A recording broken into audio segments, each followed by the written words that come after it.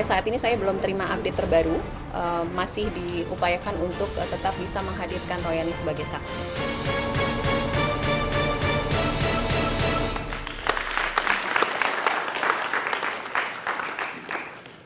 Pemirsa, kita masih bersama Indonesia Lawyers Club.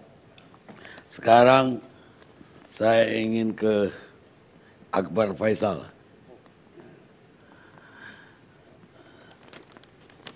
Katanya banyak berita baru dari KPK. Kira-kira apa yang paling hangat yang Anda dapat? Ya ditanya ke KPK-nya Pak, kalau soal KPK saya di DPR. KPK-nya belum datang.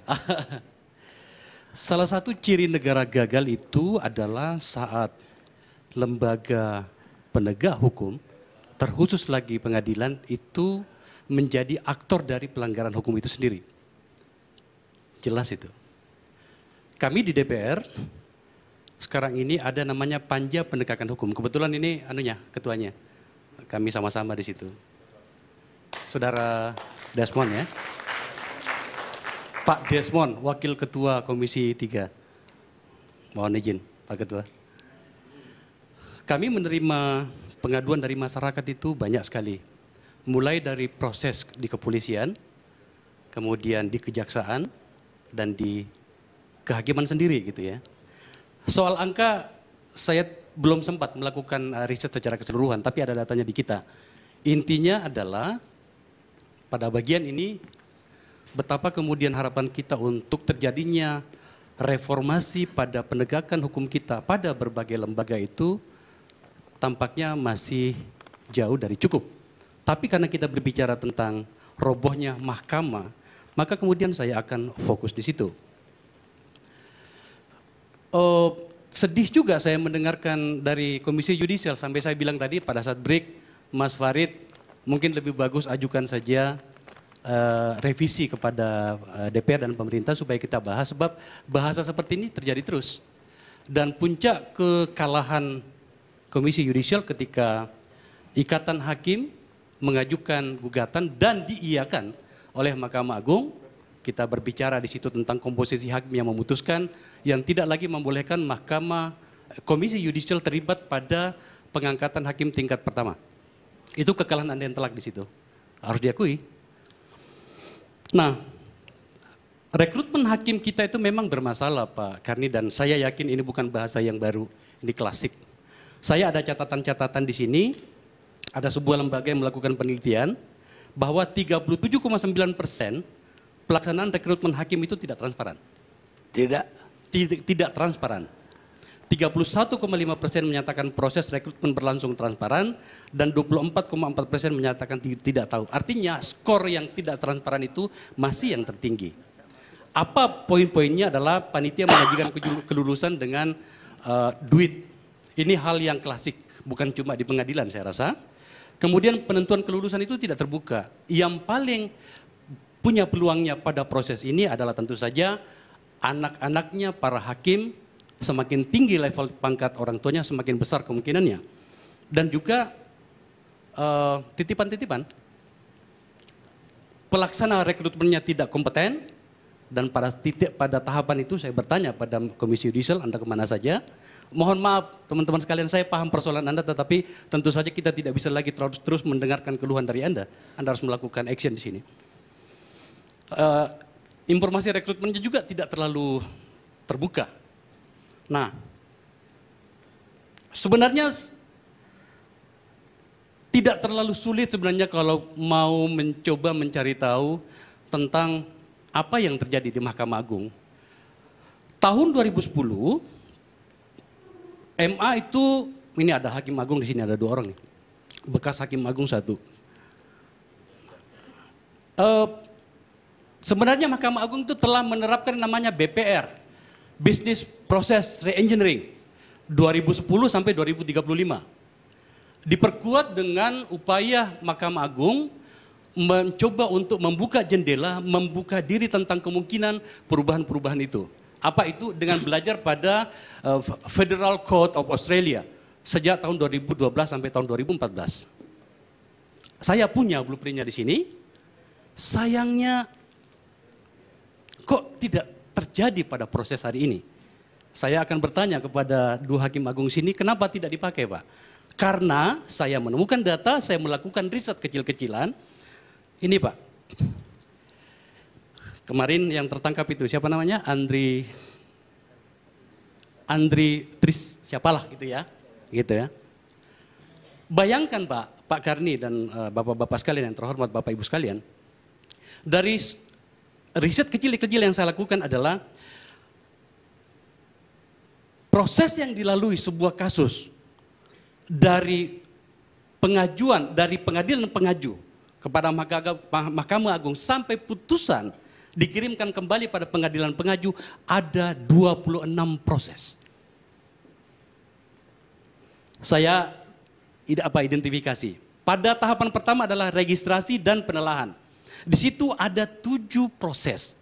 Kalau tidak mau dikatakan ada 7 ruangan yang harus dilalui dan ada berapa tangan yang harus bermain di situ dan seterusnya dan seterusnya. Mulai dari pengadilan pengaju, katakanlah Pengadilan Tinggi Jakarta mengajukan ke Mahkamah Agung untuk apakah kasasi atau apapun. Kemudian penerimaan dan pencatatan oleh Biro Umum. Pindah kemudian ke pencatatan Subak TU Dit Pratalak. Kemudian penelahan oleh seksi penelahan Dit Pratalak. Ini sebenarnya ini satu ini sebenarnya ini. Tetapi kemudian dibagi 2. Kemudian keempat, Direktur Pratalak menyiapkan pengantar berkas ke panitia kamar. 3, untuk Pratalaknya saja sudah 3 di sini. Kemudian masuk ke staf TU, panitia kamar mencatat berkas yang diterima dari Dit Pratalak. Proses keenamnya adalah staf pencatat register menelaah berkas perkara.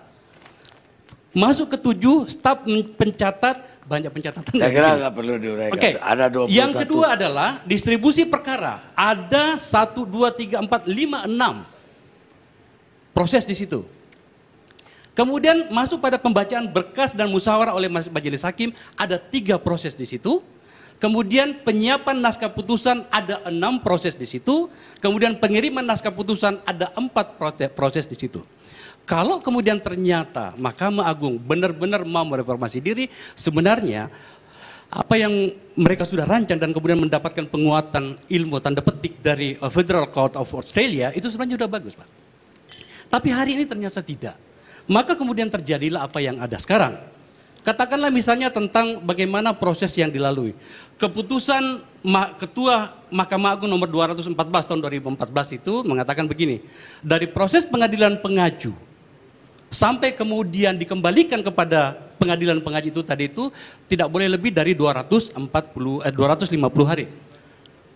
Sepanjang duduk di sini saya menerima pengaduan dari seorang lelaki di kampung saya, Kabupaten Bulukumba bernama Ramadi Dalan.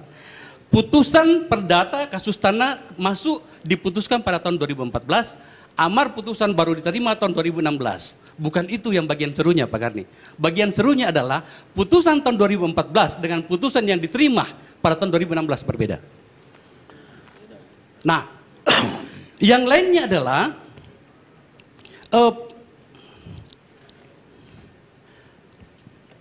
ini kayaknya ini yang digunakan oleh beberapa, kita gunakan bahasa oknum lah ya. Proses tadi itu, bayangin saja, pengadilan Australia itu sudah tidak menggunakan yang namanya apa itu? Saya kira ini terlalu teknis sendiri. Ya. Anda melihat kasus yang sekarang ditangani, yaitu kasus penyuapan yang diterima oleh Panitera Pengadilan Jakarta Pusat. Oke. Dari grup Lipo yang kemudian kok merembetnya ke Nur Hadi. Anda melihatnya bagaimana sebagai Komisi 3? Saya membaca beberapa pernyataan dari internal Mahkamah Agung. Tentu saja kita harus menghormati putusan pernyataan-pernyataan itu.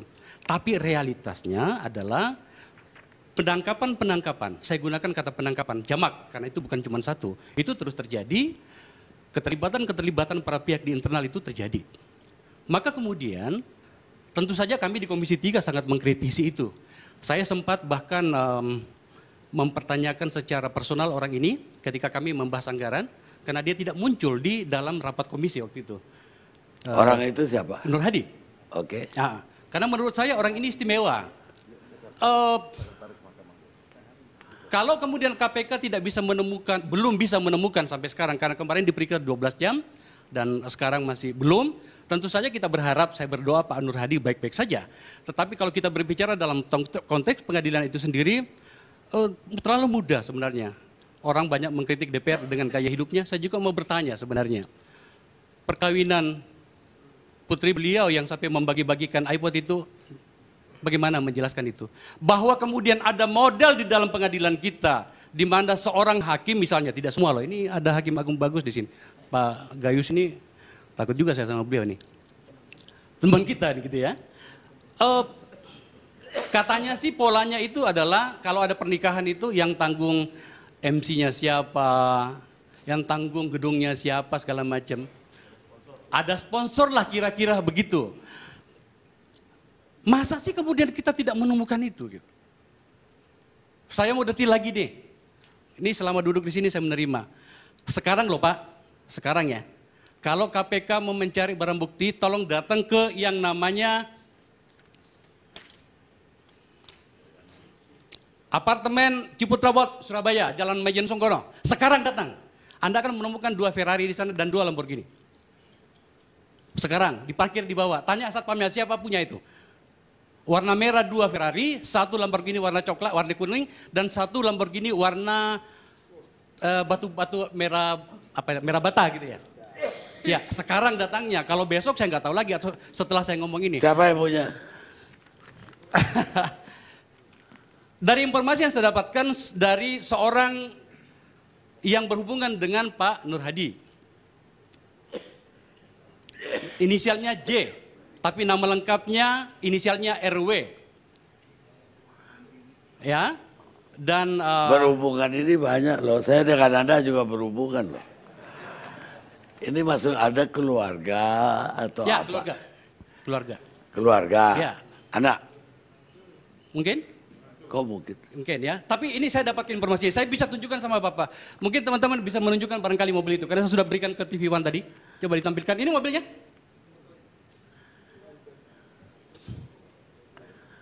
Saya sudah berikan kepada teman-teman tadi. Ya. Tapi Anda tahu kan dia punya, katanya punya peternakan burung walet. Makanya dia bisa kasih iPod ketika anaknya kawin. Ya, monggo saja lah. Tetapi kan kita berbicara tentang apalagi namanya ini sistematika. Sistematika bagaimana kemudian corruption itu berlangsung. Bagaimana sistematikanya? Jawaban yang kami terima di Mahkamah Agung kalau kita berbicara adalah proses sudah berlangsung apa adanya. Pak Nur Hadi tidak terlibat sama sekali dalam hal apa itu penentuan hakim, ya. Karena itu dari Ketua Mahkamah Agung langsung ditunjukkan kepada Ketua Kamar, penanggung jawab Kamar gitu ya. Tetapi ya realitasnya yang kita dengarkan bahwa tidak seperti itu, kita tidak tahu juga dan saya rasa kita harus mempertanyakan itu nanti Pak Desmond. Sebenarnya yang mana? Karena publik mendapatkan informasi yang tidak seragam soal itu. Barangkali nanti Pak ada Hakim Agung sini 2 orang yang bisa menjelaskan soal itu. Tetapi intinya begini Pak Karni, bahwa kemudian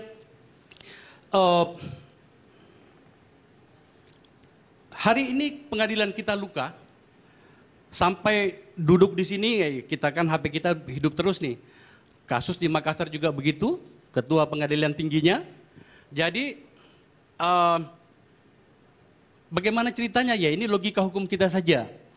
Pledoinya si tersangka ditolak, tetapi kemudian putusannya dia bebas murni. Saya orang yang sedikit belajar tentang hukum, jadi bingung juga sebenarnya bagaimana itu Pak Profesor Gayus. Jadi saya sebagai tersangka misalnya terdakwa di situ, seluruh pledoi saya, argumentasi saya apapun ditolak, tetapi putusannya saya bebas murni. Itu tingkat pertama maksud Anda? Ya, di pengadilan di pengadilan. Ini kan sistematis Pak. Kalau kemudian kita hanya berbicara. Jadi di pertimbangannya dibilang pledoi ditolak, tapi putusannya dia bebas murni. Kok lucu? Gitu. Ya makanya salah saya bertanya. ketik aja kali. Sorry? Salah ketik. Oh. Ya itu kontradiksi sekali. Ya, itu. Dan itu bukan cuma itu saja, banyak sekali kasus gitu ya. Apa benar dari Mahkamah Agung itu kaki tangan sampai kemana-mana? Dalam hal ini tentu sekjen ini. Hal yang harus kita tanyakan juga Pak Desmond di dalam penegakan hukum itu adalah seperti pertanyaan Pak Karni ini, apa itu namanya, mutasi. Bukan mutasi, dalam perkara maksud saya. Kenapa? Dalam perkara. Mm-mm. Apa benar dari Mahkamah Agung ada Itu perwakilan-perwakilan? jangan langsung ke tengahnya Pak Karni, dimulai dari awalnya. Pak Karni, menurut saya Anda ini orang hebat gitu ya, pinter gitu ya. Tak tempatkan sebagai ketua pengadilan negeri Kabupaten A misalnya. Ya kan? Pak Karni kan harus berterima kasih sama saya gitu. Maka kemudian ketika ada case masuk, Pak Karni, dari atas nih. Karena banyak saya lihat, kami ini tidak ngerti, tidak punya apa namanya, tidak punya kewenangan. Dialah yang mengendalikan. Maka kemudian kita kembali pada teori komunikasi. Siapa yang paling banyak mendapatkan informasi, maka dia mengendalikan keadaan. 26 proses tadi yang saya gambarkan itu, mulai dari pengadilan pengaju masuk ke Mahkamah Agung sampai kembali ke pengadilan pengaju itu kan manual Pak. Hal yang sudah ditinggalkan oleh pengadilan Australia 30 tahun yang lalu. Tetapi masih ada manual book, kita masih menggunakan manual book Pak ya. Maksud Iya. Anda dibikin kayak gitu supaya ya ada upetinya lah. Saya rasa Pak Karni menjelaskan dengan sangat baik soal itu. Baik, Terima kasih. saya sekarang mau ke pencari keadilan. Oh ada. Ibu apa namanya? Di mulut Bu. Ibu apa? Ibu Siti Hoiria Dari mana Ibu? dari Jambi, Pak. Apa yang Ibu alami dalam mencari keadilan? Coba Ibu. Jadi saya malam ini dapat hidayah Pak datang ke sini karena kami ini merasa tertindas dan merasa kecewa gitu Pak. Saya selalu korban. Perkara-perkara saya di Mahkamah Agung selalu tidak pernah diadilkan yang seadil-adilnya. Banyak perkara Ibu.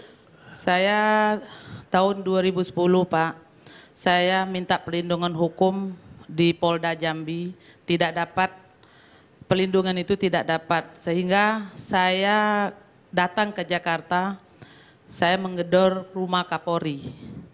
Saya minta perlindungan hukum. Akhirnya saya ketemulah dengan ajudan Pak Kapolri. Akhirnya saya dapat perlindungan hukum dengan Pak Yusuf Magabrani, Wakapolri. Akhirnya saya diterima. Setelah saya diterima pengaduan saya, langsung Pak Yusuf Magabrani itu langsung menyuruh anak buahnya ke Jambi 2010. Setelah itu ada seorang Chinese yang mengatur masalah pejabat di Jambi Pak, maupun poldanya, polresnya, hakimnya, jaksanya gitu. Jadi kami di Jambi itu memang merasa tertindas gitu dengan masalah keadilan ini tidak dapat. Jangan ngomong umum, ngomong yang Ibu alamin apa? Yang saya alamin Pak, 2010 saya mengajukan perdata. Di pengadilan negeri saya tidak pernah mendapatkan keadilan. Di pengadilan tinggi Perdata ini apa? Ibu punya apa? punya utang. Ibu punya utang.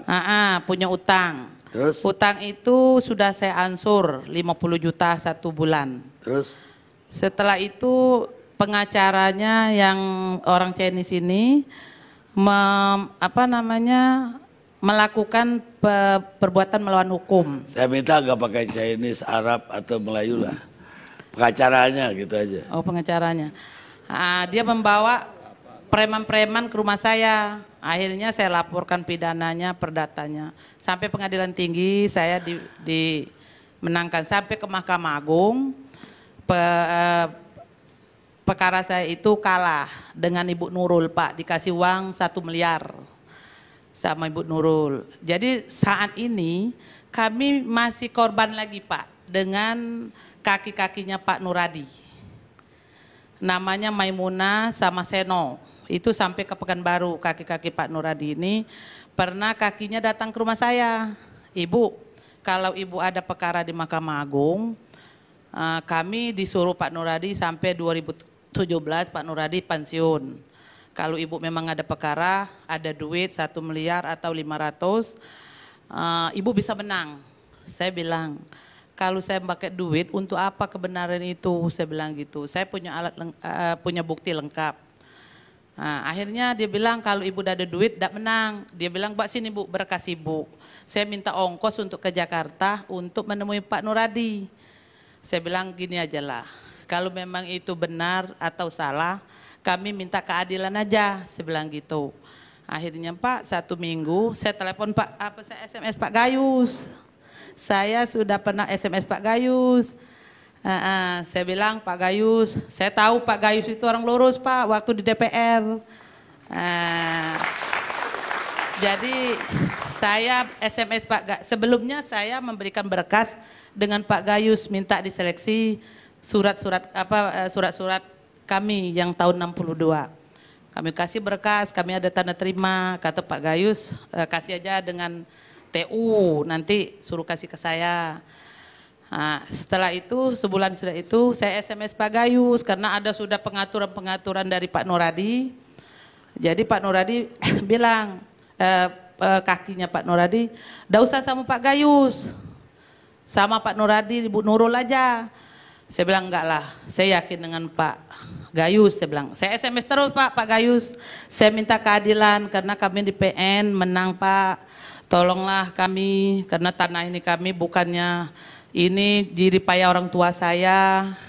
Ini perkara lain lagi. Ya, yang sekarang ini Pak, yang saat sekarang. Ibu berutang menjaminkan tanah. Apa? Itu yang 2010 Pak. Oh 2010. Yang sekarang saat tanah. ini, yang saat ini. Tanah ibu diapain? Tanah saya perkara, udah naik kasasi. Direbut oleh orang, inilah Pak, satu pengacara lah direbut oleh ini, ada pengusaha di Jambi, mafia hukum juga lah Pak. Dia tukang ngatur-ngatur kalau misal pejabat hakim yang tidak mau nurut, dia itulah orangnya yang di Jambi Pak, yang sekarang merebut tanah kami. Kami punya objek salah Pak, dia di kota media, kami di kabupaten, surat kami. Jadi surat dia dibawa tempat kami gitu.